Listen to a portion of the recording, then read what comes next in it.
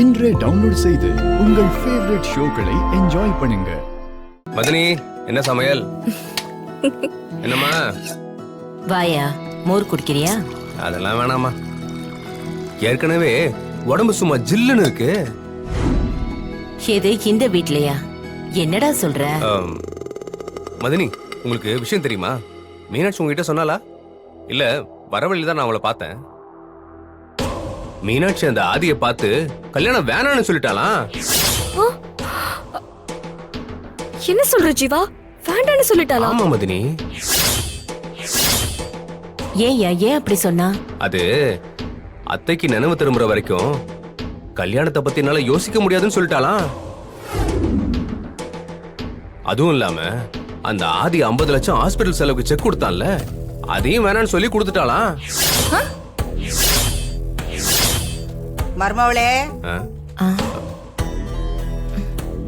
வா.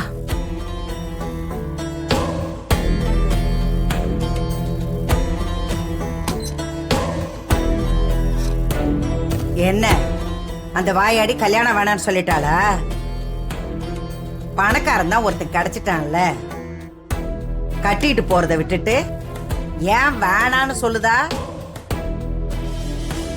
அதானே 50 லட்சம் கொடுத்திருக்காங்க, அத போய் யாராவது வேணான்னு சொல்லுவாங்களா? ஓ, ஏய் தேன்மொழி, பாட்டி, ஏன் உன் தங்கச்சி வேணான்னு சொல்லுதா? தெரியல பாட்டி. நல்ல வசதியான வீடு தானம்மா. பாவம், உன் அம்மாவுக்கு இப்படி ஆயிடுச்சு. உன் தங்கச்சிக்கு கல்யாணம் ஆகி ஒரு நல்ல இடத்துக்கு போகும்போது அவங்களும் சந்தோஷப்படுவாங்கல்ல. இந்த காலத்துல கல்யாணம் நடக்கிறதெல்லாம் ரொம்ப கஷ்டம். ஒழுங்கா அவளை கட்டிக்கிட்டு போக சொல்லு. என்னம்மா, அப்பதான் திடீர்னு மீனாட்சி மேல இம்புட்டு பாசம் வந்திருக்கு? பாசம்லாம் ஒண்ணும் இல்ல. அவ கல்யாணம் கட்டிக்கிட்டு போனான்னா இந்த பக்கமே வராம இருப்பாள்ல. அதான் நான் பார்த்தேன்.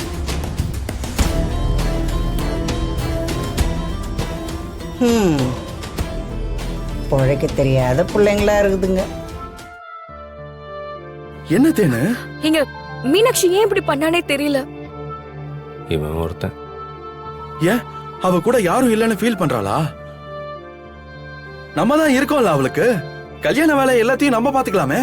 ஏப்பா சகோதரா, இருப்பா.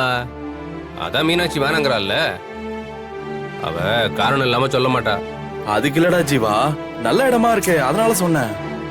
அதெல்லாம் பார்க்க அப்படித்தாயா தெரியும். உள்ள யார் எப்படி இருப்பாங்கன்னு சொல்ல முடியாதியா.